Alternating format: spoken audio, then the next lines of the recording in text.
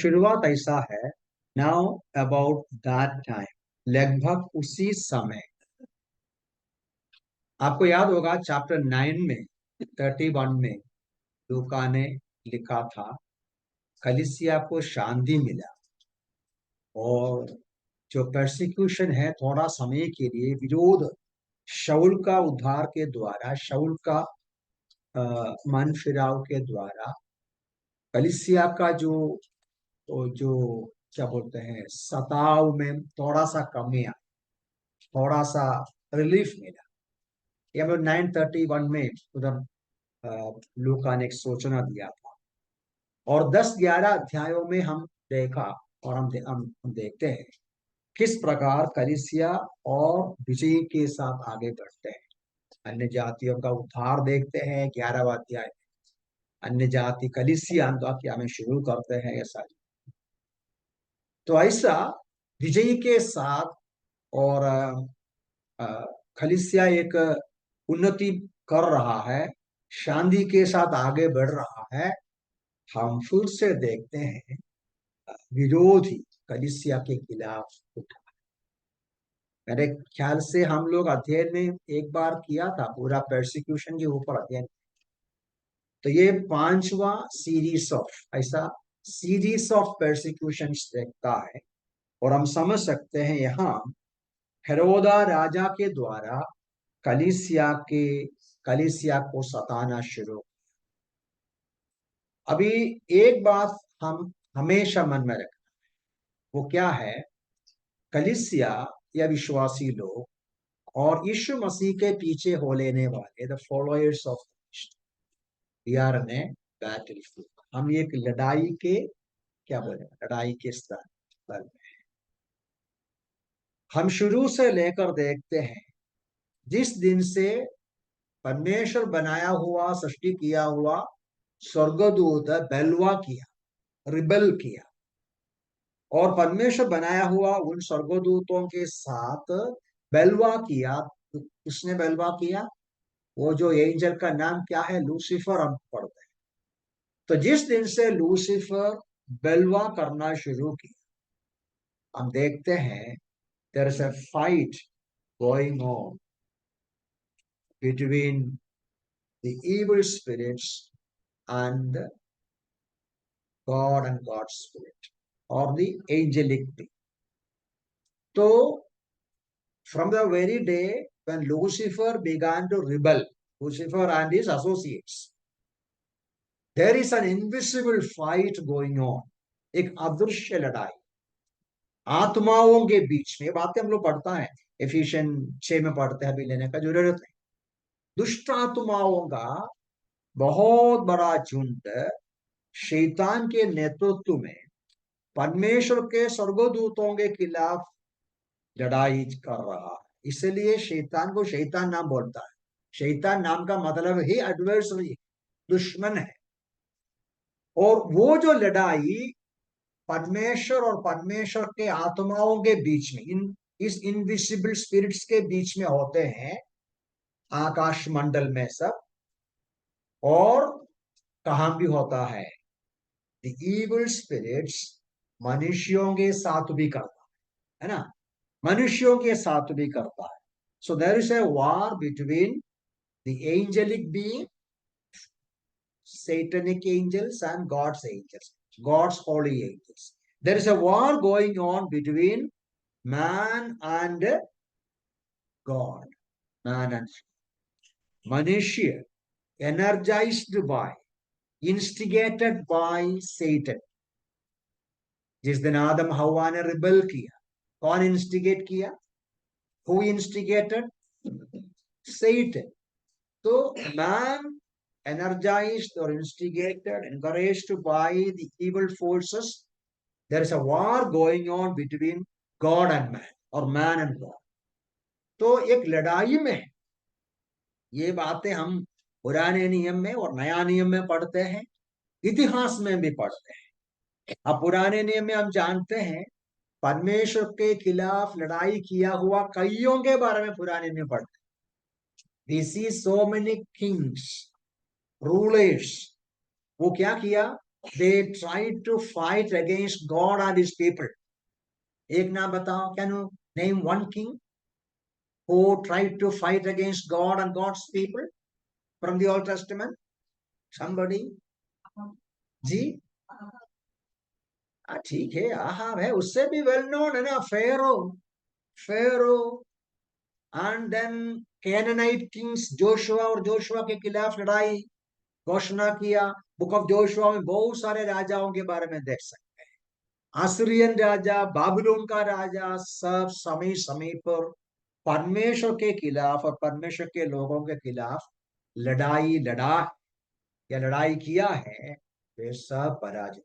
मैं उसके ऊपर ज्यादा वर्णन करने को जाता नहीं, केवल एक इंट्रोडक्शन जैसा बोलता। When we come to New Testament, परमेश्वर के खिलाफ, परमेश्वर के लोगों के खिलाफ लड़ाई किया हुआ या फाइट किया हुआ एक मुख्य राजा है यहाँ, जो मिस्टर हेरोदस के बारे में पढ़ते हैं। हेरोद एक परिवार का नाम। हेरोद के परिवार के राजा ने, राजाओं के बारे में हम समझते हैं, they were bloodthirsty, they were so cruel, they were bloodthirsty, cruel kings. आपको मालूम है यीशु मसीह के जन्म के समय में जो हेरोद राजा था, जिसने आदेश दिया सारे यीशु मसीह को मार डालने के लिए, सारे बच्चों को, लड़कों को मार डालने का आदेश दिया। कौन? That is Herod the great. और उसके बारे में हम ये भी पढ़ते हैं, उसने, वो जो मिस्टर हेरोद द ग्रेट ने उनका एक पत्नी को मार डाला, उनका पत्नी के मम्मी को मार डाला, और उनके 3 लड़कों को भी मार डाला, एक्सिक्यूट किया। इतना क्रूवल था Herod the great. Herod great का ग्रैंडसन है यहां जो लिखा है हेरोद, इसका नाम है Herod Agrippa, Agrippa number 1, Herod Agrippa number 1। ये जो हेरोद राजा, उसका जन्म, जीवन, पढ़ाई सब रोम में हुआ, रोम शहर में। और इस वजह से लगता है फलस्टाइन, मतलब जूडिया के यहूदी लोगों को इसे इतना पसंद नहीं।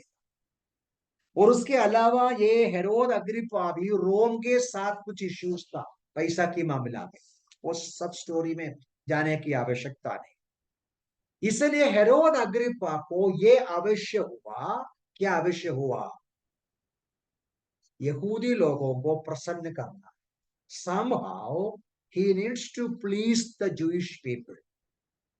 नहीं तो इनको गवर्नर बनाया, राजा बनाया, उनको रोम परेशान करेगा।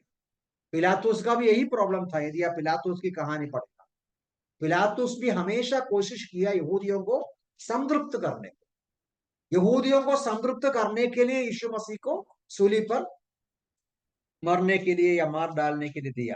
तो इस प्रकार ये जो Herod, grandson of Herod the great, Herod Agrippa number 1, वो यहाँ यहूदियों को प्रसन्न करने के लिए वो कोशिश करता है। तो देखो ऐसा लिखा है ना, लगभग उसी समय हेरोदास राजा ने कलीसिया के कुछ व्यक्तियों को सताने के लिए उन पर हाथ डाले। उसने यूहन्ना के भाई याकूब को तलवार से मरवा डाला। जब उसने देखा कि यहूदी इस बात से प्रसन्न होते हैं, तो उसने पतरस को भी गिरफ्तार कर। तो गिरफ्तारी, हेरोद कलीसिया को सताना शुरू किया to please the majority of the Jewish people, और जेम्स को मार डाला। आज भी हम देखते हैं वही बात हमारे देश में भी देखता है। मेजॉरिटी को सेटिस्फाई करने के लिए माइनॉरिटी को सताते हैं। इसके ऊपर में ज्यादा डिस्कशन करता नहीं, लेकिन हमारे नजर में रहना है what is going on around us. ये बात को हमारे मन में रहना है, ये हमारे प्रार्थना का विषय रहना चाहिए। ये इंटरेस्टिंग बात है। मरकुस का सुसमाचार, ये मेरे ख्याल से मैथ्यू में भी पढ़ता है। मरकुस का सुसमाचार देखिए, चैप्टर 10, मरकुस का सुसमाचार चैप्टर 10, उसका 38 एंड 39 पदों को मैं आपके लिए पढ़ता हूँ। यीशु मसीह इस बात को पहले ही कहा था। मरकुस का सुसमाचार 10वां अध्याय 38 एंड 39। उधर क्या पढ़ते हैं? उधर पढ़ते हैं, मरकुस 10:38। परंतु यीशु ने उनसे कहा, तुम नहीं जानते। अब वो 37 पढ़ना पड़ेगा।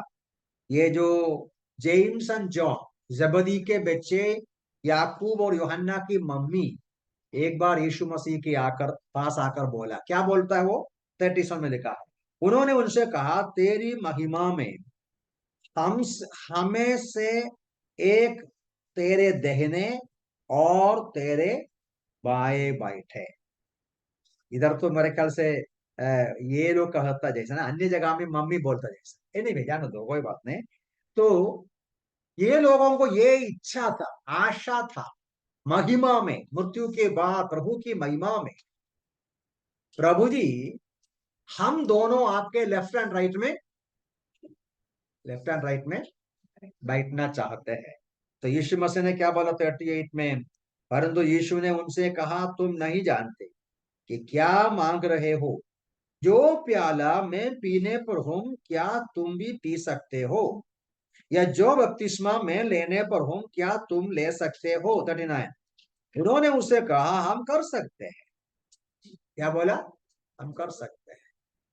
यीशु मसीह बोल रहा था, देखो, आपको सिंहासन पर बैठना है, महिमा में आपको क्राउन या मुकुट पाना है, तो उसके पहले कष्ट उठाना पड़े। मुझे कष्ट उठाना है, कष्ट उठाने के पश्चात मैं जी उठूंगा, महिमा में जाऊंगा। क्या तुम वो प्याला पिएंगे? क्या बोला? हाँ, पिएंगे। अभी प्रेरित 12 में देखता है, एक भाई वो प्याला पिया, बहुत कठिन प्याला। शायद जेम्स कभी नहीं सोचा होगा इतना गंभीर होगा। उनको तलवार से काट डाला, हेरोदा ने काट डाला। और यूहन्ना को क्या हुआ? यूहन्ना के बारे में आप पढ़ते हैं, वो थोड़ा और लंबा साल रहा और उनको बहुत सताया, बॉइलिंग ऑयल में उसको डाला, जला नहीं या फ्राई नहीं हो गया, इसलिए उसको बाहर करके पतमस के आइलैंड में एक्साइल किया, ऐसा हम पढ़ते हैं। तो ये एक बात हमें समझ में आता है, क्या आता है? नॉट समझ में आता है, हमें समझने को तकलीफ होता है। क्या तकलीफ होता है? परमेश्वर ने किस प्रकार यूहन्ना को लंबा आयु दिया, पतरस को भी लंबा आयु दिया, लेकिन जेम्स को ऐसा दुर्दशा, ऐसा बुरी प्रकार का मृत्यु का सामना करना पड़ा। उनको या सॉरी हेरोदास ने काट डाला, वह गला काटा, उनको तलवार से काटा, ऐसा हम लोग। अब ये सब क्यों परमेश्वर आने दिया हमें नहीं मालूम। We don't know the reason why God allowed James to be slaughtered, James to be martyred, है ना? लेकिन हम नीचे बाद में पढ़ते हैं, पतरस को तो बचाता है और जॉन को लॉन्ग लाइफ दिया है। तो परमेश्वर ने स्टीफन के बाद नेक्स्ट मार्टर, मतलब शहीद, प्रेरितों में पहला शहीद, प्रेरितों में, अपोस्टल्स में फर्स्ट मार्टर के रूप में जेम्स को होने दिया। उसका हमें नहीं बोल सकता कि जेम्स में कुछ बुराई था, वी डोंट नो। लेकिन हम क्या ही बोल सकते हैं, परमेश्वर अपनी इच्छा अनुसार। ये हमारे जीवन में भी ऐसा है, किसी को कठिनाई ज्यादा है, किसी को कठिनाई कम है, किसी को यंग एज में कठिनाई है, किसी को लंबा आयु मिलता है, फिर कठिनाई है। हम नहीं जानते कि परमेश्वर हम सबके जीवन में क्या करेंगे, क्या नहीं करेंगे। हम लोग पढ़ते हैं एशिया के पुस्तक में 55 का 8 और 9 पदों में, मेरा विचार नहीं तुम्हारा विचार। परमेश्वर का विचार हमारे विचार में बहुत अंदर है। ये बात को समझकर हमें क्या करना है? परमेश्वर हमारे जीवन में जो भी आने देते हैं वो सहना चाहिए। परमेश्वर के परमाधिकार, मतलब सॉवरेनिटी को, अधिकार को अंगीकार करना चाहिए। ठीक है, तो उतना बोल के मैं 3 और 4 में जाता हूँ, वर्सेस 3 और 4। 3 पढ़ा पहले, तो भी पढ़ता हूँ फिर से। उधर पढ़ते हैं, जब उसने देखा कि यहूदी इस बात से प्रसन्न होते हैं, क्या है? याकूब को मार डालने से यहूदी लोगों को बहुत अच्छा लगा। तो जेम्स सॉरी हेरोदा ने क्या सोचा, अब एक और को पकड़कर हम मार डालेंगे, हत्या करेंगे। खास तौर से पतरस एक मुख्य अपोस्टल है, ज्यादा स्मार्ट है, प्रचार करते हैं, ज्यादा एक्टिव है, उसको ही पकड़ा। उधर पढ़ते हैं वर्स 4 में या 3 में, उसने देखा कि यहूदी इस बात से प्रसन्न होते हैं, तो उससे पतरस को भी गिरफ्तार करने के लिए कदम उठाया। ये अख़मीरी रोटी के दिन थे, मतलब फसह के समय था। आगे देखो 4 भी, और उसने उसे पकड़कर बंदीगृह में डाल दिया और 4 सैनिकों के 4 दलों के पहरे में इस अभिप्राय से रखा कि फसह के पश्चात उसे बाहर लोगों के सामने लाया जाए। तो अभी फसह का समय है।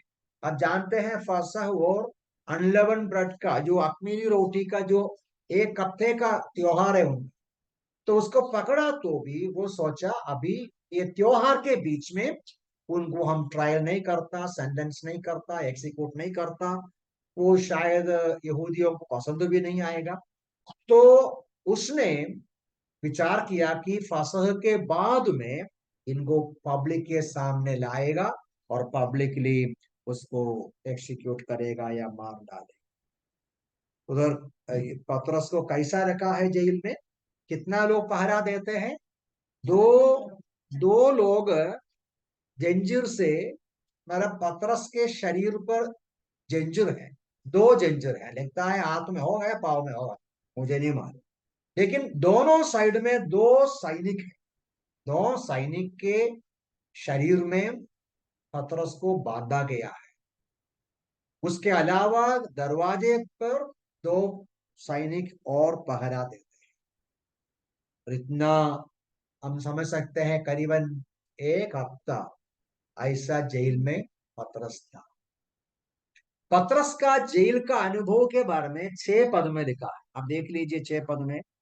फिर 6 पद में पढ़ते हैं, जिस रात्रि हेरोदास उसे बाहर लाने वाला था, मतलब अख़मीरी रोटी का फसह हो गया या पर्व हो गया, अभी उनको बाहर लाना है और एक्सिक्यूट करना है, मतलब मार डालना, पब्लिकली मार डालना। तो कल लाने वाला है, उस पहले ना, उसका पहले का लूका लिखता है पतरस का हालत कैसा है। जिस रात्रि हेरोदास उसे बाहर लाने वाला था, पतरस 2 जंजीरों से बांधा हुआ 2 सैनिकों के बीच में सो रहा। ये कैसा संभव है? Did you understand? See, tomorrow he will be taken out of the prison, and tomorrow he will be executed, he will be killed. ये मालूम होने के बावजूद भी पतरस ने आराम से सोया।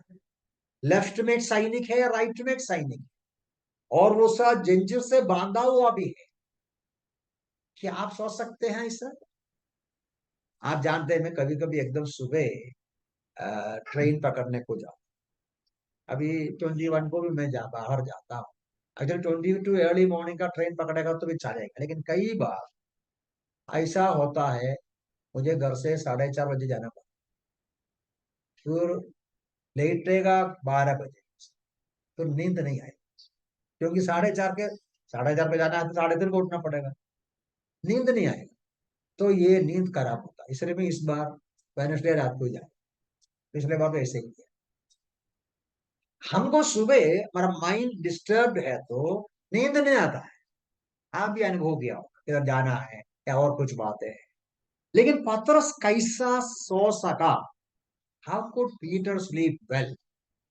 गहरा नींद में था, क्योंकि उधर एक स्वर्गदूत आते हैं, उसको बुलाते, उठता नहीं है, उसको बहुत फोर्सफुली उठाना पड़ा ना, उधर पड़ता है, उसको फोर्सफुली उठाना पड़ा, आसानी से भी उठा नहीं, क्योंकि गहरा नींद में था। तो हमारा सवाल यह है, what could be the reason why Peter could sleep even in such a dangerous situation? इतना खतरनाक परिस्थिति में, इतना विपरीत परिस्थिति में पतरस आराम से या आसानी से कैसा सो सकता? आप भी कोशिश कर सकते हैं, उधर लिखा है, ज्यादा रिसर्च करने का जरूरत नहीं। पतरस, द रीजन व्हाई और what made him to sleep. उनके अंदर कोई चिंता नहीं था, कोई डर नहीं था, कोई टेंशन नहीं था, कोई डिप्रेशन नहीं था, कुछ भी प्रकार का मानसिक परेशानी उसको नहीं था। एकदम होश में, एकदम क्या बोल सकते हैं, समाधान में वो सोया। कैसे? दो बातें मेरे साथ देख सकते। एक एकदम खुल्लम खुल्ला लिखा है। क्या है फर्स्ट रीजन? वो पांचवा पद में लिखा है कि इस प्रकार पतरस बंदीगृह में रखा गया, परंतु कलीसिया उसके लिए परमेश्वर से लव लगाकर प्रार्थना करती रही। Peter was therefore kept in prison, but constant prayer or fervent prayer was offered to God for him by the church. एक मुख्य बात है पत्रस के अंदर, ये जो प्रोत्साहन, ये जो समाधान कैसा मिला? कलीसिया उनके लिए प्रार्थना कर रहा। जब हम लोग प्रेरितों के काम को पीछे मुड़कर पीछे जाएगा तो आपको पता चलेगा this is the third time Peter is imprison. इसके पहले 4 का 3 में हम देखता है एक रात के लिए पतरस को और साथियों को रखा था, और उसके बाद चैप्टर 5 का 8 में भी देखता है और पतरस को अरेस्ट करके रखा था। तो ये पहला अरेस्ट के बाद, पहला गिरफ्तारी के बाद हम जान पढ़ते हैं चैप्टर 4 में, पढ़ने का जरूरत नहीं, 23 ऑनवर्ड्स जब हम पढ़ते समय हम देख सकते हैं किस प्रकार कलीसिया आकर प्रार्थना की है। पहला इम्प्रिसनमेंट के बाद पतरस को सब छोड़ दिया और कलीसिया में आकर विश्वासी लोग मिलकर प्रार्थना किया। वो प्रार्थना के बारे में 4 का 23 से हम लोग पढ़ता है। वो प्रार्थना का कुछ विषय को देखो, नहीं तो कुछ बातों को देखो। 23 से जब उन्होंने वहां से छोड़ दिया गया तो वे अपने साथियों के पास गए और जो कुछ मुख्य याजकों और प्राचीनों ने उनसे कहा था उनको सुना दिया। जब उन्होंने ये सुना तो एक चित्त होकर ऊंचे शब्द से परमेश्वर को पुकारा, हे प्रभु, तूने ही आकाश, पृथ्वी और समुद्र तथा सब कुछ जो उनमें है बनाया। तूने ही पवित्र आत्मा के द्वारा अपने सेवक हमारे पिता दाऊद के मुख्य मुख से कहा, यहूदियों ने रोष क्यों किया और देश देश के लोग व्यर्थ बातें क्यों बढ़। अभी नीचे कई बातें लिखा है, लेकिन वो जो प्रार्थना का मुख्य बिंदु है, प्रेरित लोग अंगीकार करते हैं, आप ही सिंहासन पर विराजमान हैं, आप ही राजा है, आप ही प्रभु है, आप अपने इच्छा अनुसार, आपके योजना के अनुसार सब कुछ करते हैं। तो इसलिए कलीसिया विश्वास किया, क्या विश्वास किया? क्या विश्वास किया? परमेश्वर अधिकारी है, अपनी इच्छा से सब कुछ करते हैं, उनके लिए कुछ असंभव की बात नहीं। फर्स्ट इम्प्रिसनमेंट में परमेश्वर ने उसको आजाद किया, दूसरा बार जेल में डाला तो आजाद किया, अब तीसरा बार है, तीसरा बार भी आजाद करेंगे। वो जो विश्वास के साथ कलीसिया लव लगाकर प्रार्थना। क्या है लव लगाकर? मतलब हिंदी मुझे मालूम नहीं हिंदी में क्या है, लेकिन कुछ ऐसा भाषा में, इंग्लिश भाषा में फर्वन लिखा है, एर्नेस्टली लिखा है। वो जो शब्द आप देखो, लुक्स गॉस्पेल 22 का 44 देखिए, वो मैं पढ़ूंगा। लुक्स गॉस्पेल 22 का 44 उधर ऐसा पढ़ते हैं कि 44, यीशु व्याकुल होकर आग्रह पूर्वक प्रार्थना कर रहा था। आग्रह पूर्वक, एर्नेस्टली। इंग्लिश में क्या करते हो आपका? इंग्लिश में केजेवी एनकेजी में कुछ भी, एर्नेस्टली। तो वो सेम शब्द है, सेम वर्ड है, फर्वेंटली, एर्नेस्टली। क्या वो हिंदी भाषा में लिखा है आग्रह पूर्वक प्रार्थना किया। तो हम अंदाज कर सकते हैं, इमेजिन कर सकते हैं, जैसा पतरस जेल में है, पूरा कलीसिया विशेष प्रार्थना के साथ प्रार्थना कर रहा, एर्नेस्टली प्रार्थना कर। काय के लिए प्रार्थना कर रहा है? पतरस का रिहा के लिए, उनका डिलीवरेंस के लिए स्पेसिफिकली प्रार्थना कर। और वो उत्साह से प्रार्थना कर रहा और ये विश्वास करते हुए कि परमेश्वर जरूर प्रार्थना सुनेगा। सचमुच में वो इसी नहीं है। अभी आ, किसने उसको जेल में डाला? हेरोदा राजा ने, जिसके पास अधिकार है, पावर है, और उसको जेल में डाला है। जेम्स को ऑलरेडी तलवार से काटा गया और सिक्योरिटी सिस्टम है ना, डबल सिक्योरिटी, दो सामने दो बाहर ऐसा, और वो भी 6-6 घंटे में बदलते रहता है। तो इतना सिक्योरिटी के साथ, इतना स्ट्रॉन्ग तरीके से पतरस को जेल में रखा है। उनका deliverance human point of view में असंभव है, ह्यूमन पॉइंट ऑफ व्यू में असंभव है। तो भी हमें इधर से समझ में आता है, कलीसिया प्रार्थना किया कि प्रभु उसको छुड़ाए। वो हमें समझाता है। देखिए, आज हम हमारे देश को ही देखो, हमारे प्रभु का विरोध करने वाले, हमारे विरोध करने वाले, उनका ताकत बहुत ज्यादा है। आपको मालूम है क्या क्या हो रहा है? हर दिन जो न्यूज आता है, जिस प्रकार, जो क्या बोल सकते हैं, असंभव की बातें हम सुनते हैं। अधिकारी लोग, उनके पास पावर है, अथॉरिटी है, उनके पास बहुत सारा ताकत है। हमारे पास क्या है? उनके पास वेपन है, उनके पास पावर है, उनके पास अधिकार है। हमारे पास क्या है? हम क्या कर सकते हैं? सी, हमारी एनिमी है, दुश्मन है, बहुत पावरफुल है, शक्तिशाली है। हमारा हमारा हथियार क्या है?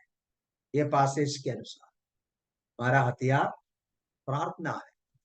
ये हमें समझाते हैं वर्तमान काल की परिस्थिति को समझकर हमें कितना प्रार्थना करना आवश्यक। प्रेरित पौलुस का कुछ वचनों को मैं पढ़ता नहीं, आप बोलते हैं तुम्हारी प्रार्थना से मुझे डिलीवरेंस मिलेगा। फिलिपियों की पत्री 1:19 में वो कहता है, आप लोग मेरे लिए प्रार्थना कीजिए, आपके प्रार्थना से मेरा डिलीवरेंस होता है। So that is one reason. ये हमेशा आज भी ऐसा है। कोई भी विश्वासी किसी भी प्रकार का परेशानी और कष्ट का सामना करते हैं, विरोध का सामना करते समय, कलीसिया का या फेलो बिलीवर्स का प्रार्थना सपोर्ट उनको है, ये बात तसल्ली देता है। It's a matter of comfort, encouragement है। There are somebody who are praying for me. वो एक बहुत बड़ी बात है। दूसरी बात क्या क्या हो सकता है? Is there any other reason why Peter could comfort in the Lord, or Peter could sleep without any tension? First reason, he knew that the church is praying for him. He knew of the prayerful support of the fellow believers. Any other reason? आपके लिए मैं समय देता हूँ।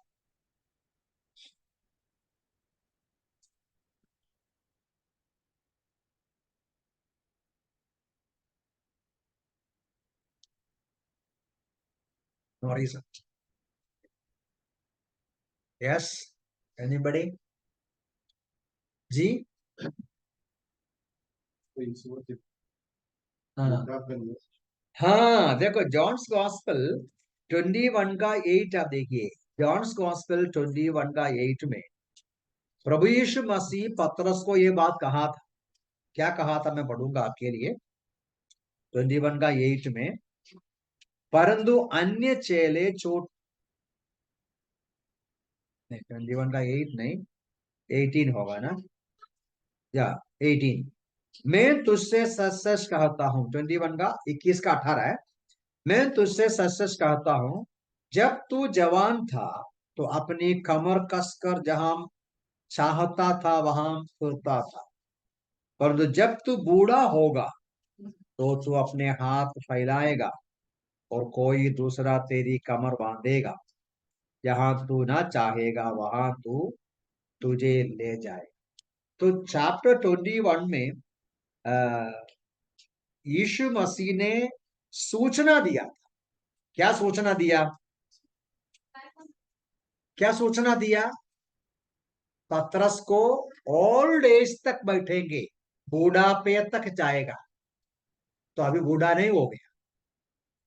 तो पतरस ने विश्वास किया यीशु मसीह का वो जो वचन विश्वास करके पतरस ने तसल्ली पाया, मेरा अंत अभी नहीं होने, मुझे वो काट नहीं सके, मुझे छुटकारा मिल जाए। भाई लोग मेरे लिए प्रार्थना करते हैं, उतना नहीं, प्रभु ने पहले ही मुझे आश्वासन दिया है, मुझे वचन दिया है कि तुम बूढ़ापे तक रहे। तो इसलिए हर परिस्थिति में चिंता से मुक्त रहना है तो क्या करना चाहिए? चिंता मुक्त जीवन के लिए क्या करना चाहिए? ये जो पासेज के अनुसार, नंबर वन, प्रार्थना करना चाहिए। हम प्रार्थना करना है, हमारे भाई लोग हमारे लिए प्रार्थना करना है, एक दूसरे के लिए प्रार्थना करना। दूसरा है प्रभु का वचन विश्वास करना। पता नहीं क्यों मैं इन दिनों में कई बार ये बात बोलने का मौका हुआ। We don't need to worry about the time of our death, है ना? ये अचानक पछा ओकेशन आता है, पता नहीं क्या होने वाला है, कोई बात नहीं। तो we don't need to worry, हमें डरने का जरूरत नहीं, कब मरेगा कब नहीं मरेगा। बीमार होगा तो मर जाएगा, क्योंकि जब मरना है तो प्रभु उठाकर लेके जाएगा। प्रभु हमारे बारे में जो योजना रखा है वो योजना पूरा होने तक हम जाएंगे नहीं, जब पूरा होगा तो जाना ही पड़ेगा। तो पतरस को भी ये मालूम था वो वचन, इसलिए वो आराम से सोया सोया। देखिए, हम ऐसा एक दुनिया में रहते हैं, बहुत सारे लोगों को सोना है तो टैबलेट खाना चाहिए, स्लीपिंग पिल्स बोलता है उसको, हिंदी में क्या बोलता है? Sleeping pills. उनको नींद आना है तो टैबलेट खाना पड़ता है, टैबलेट खाने के द्वारा ही वो सोता है। कुछ लोग ऐसा है उसको नींद आते ही नहीं है, 24 आवर्स नींद नहीं आता। बहुत सारे लोगों को नींद नहीं आता, क्यों? टेंशन है, वरी है, इसके ऊपर बाद में शायद डिस्कस करेंगे। तो ऐसा एक दुनिया में प्रभु के लोगों का सौभाग्य है, कुछ भी परिस्थिति हम सामना। अभी मेरी परिस्थिति में जब निकलते समय मेरा तबीयत आज अच्छा भी नहीं, उसके अलावा मैं मेरे वाइफ को बोल रहा था कि हम लोगों को, हमारे, मेरे और मेरे भाई बहनों का मानसिक परिस्थिति शायद बिगड़ जाएगा, ऐसा जाएगा, क्योंकि पिछले करीबन 2 साल से हम बहुत ही दुखी है। और ये दुख किसको बोले, किसी को बोला कुछ फायदा नहीं निकला।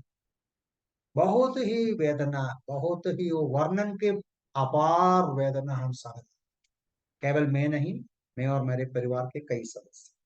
तो ऐसा जाएगा तो पता नहीं कहां तक हम पहुंचेंगे।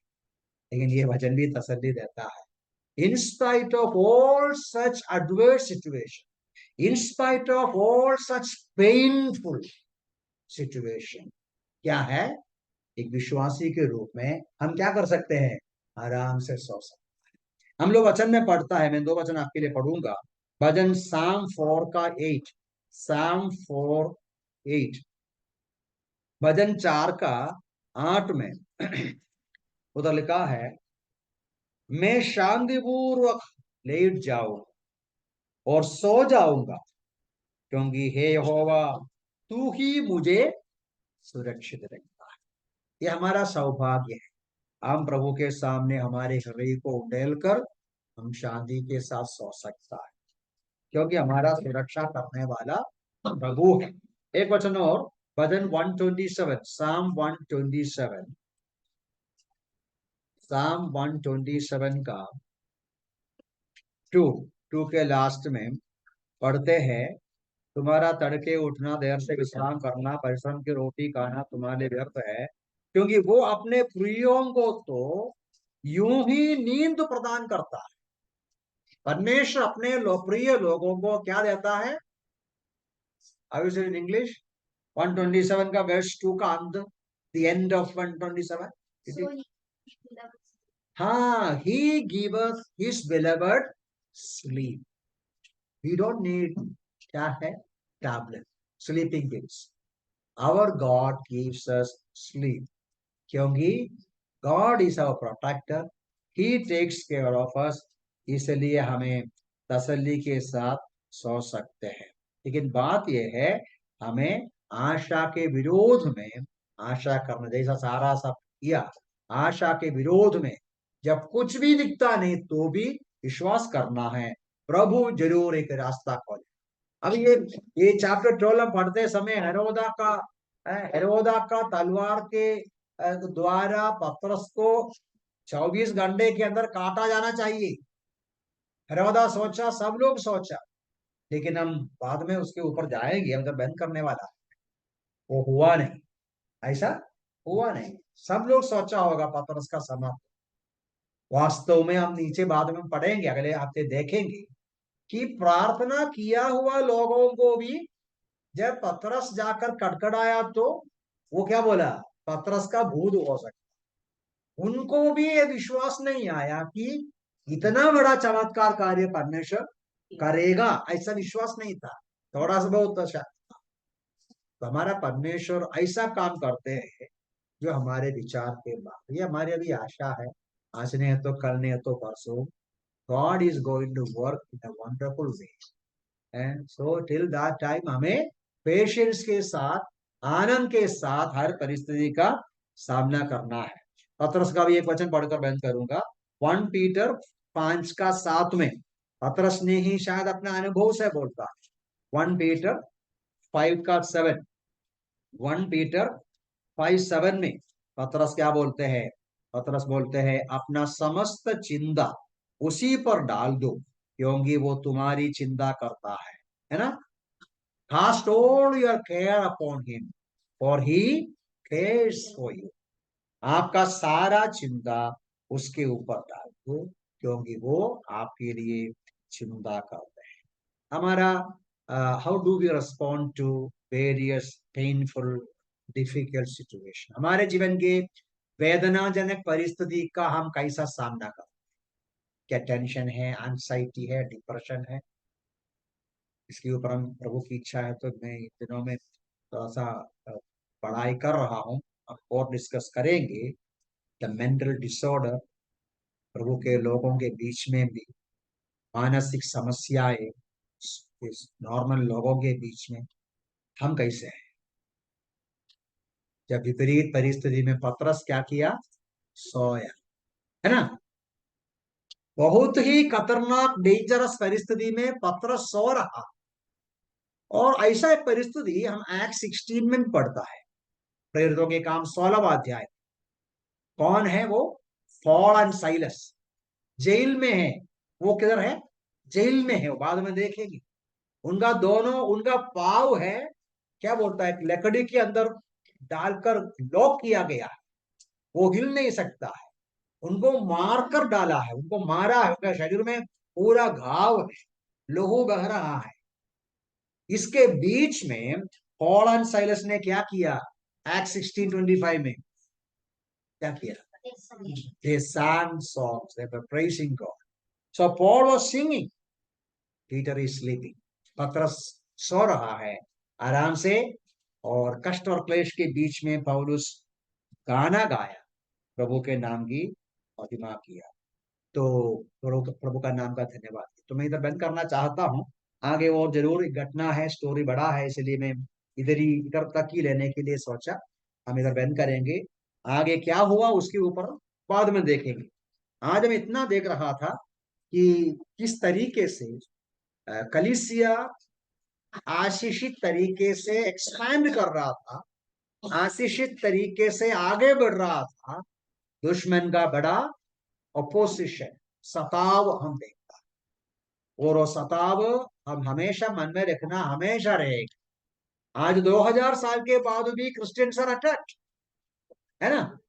हम 2022 में नहीं 24 में रहते हैं, अभी भी मसीह लोगों को, प्रभु के लोगों को सताते हैं।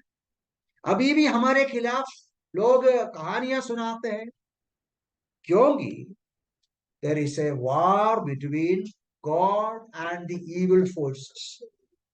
परमेश्वर का लोगों के खिलाफ भी, परमेश्वर के खिलाफ और परमेश्वर के लोगों के खिलाफ परमेश्वर के कार्यों के खिलाफ. So there is a fight against God, God's people and God's purposes. ये हम कभी नहीं भूलते. विरोध रहेगा, लड़ाई रहेगा. एफिशियंस चैप्टर 6 में पौलुस ने इस बात को बताया. क्या बताया? हमारा लड़ाई मनुष्य से नहीं, मनुष्य से नहीं. चाहे दुष्ट आत्माएं मनुष्यों को इस्तेमाल करेगा तो भी मनुष्यों के पीछे उनको इंस्टिगेट करने वाला दुष्ट आत्मा है. तो इसलिए वो बाप बोलते हैं परमेश्वर का संपूर्ण अस्त्र शस्त्र, the whole armour of God धारण करके हम विजय के साथ आगे बढ़ना. और दूसरी बात हमने देखा, जैसा यूहन्ना और जेम्स को यीशु मसीह ने स्मरण दिया. क्या दिया? महिमा पाना है तो वेदना भी उठाना पड़ेगा. क्राउन चाहिए, सफरिंग्स आपको सहना पड़ेगा. महिमा में प्रवेश करना है तो उसके सामने वेदना का प्याला पीना पड़ेगा. और पतरस का जो नींद हमें एनकरेज करते हैं, हर परिस्थिति में हम तसल्ली रख सकते हैं. कलीसिया का प्रार्थना हमें प्रोत्साहन देते हैं. हमारे भाई बहनें परेशानी में है तो हम उनके लिए निरंतर प्रार्थना करना है. वो जो प्रेयर सपोर्ट, उनको हिम्मत देते हैं, उनको कंफर्ट करते हैं, उनको तसल्ली और आश्वासन देते हैं. और उतना भी नहीं, प्रभु का वचन हम मनन करना है, विश्वास करना है, वो भी हमें हिम्मत देगा कष्ट और क्लेश होता है. आइए प्रार्थना के साथ हम प्रभु में साथ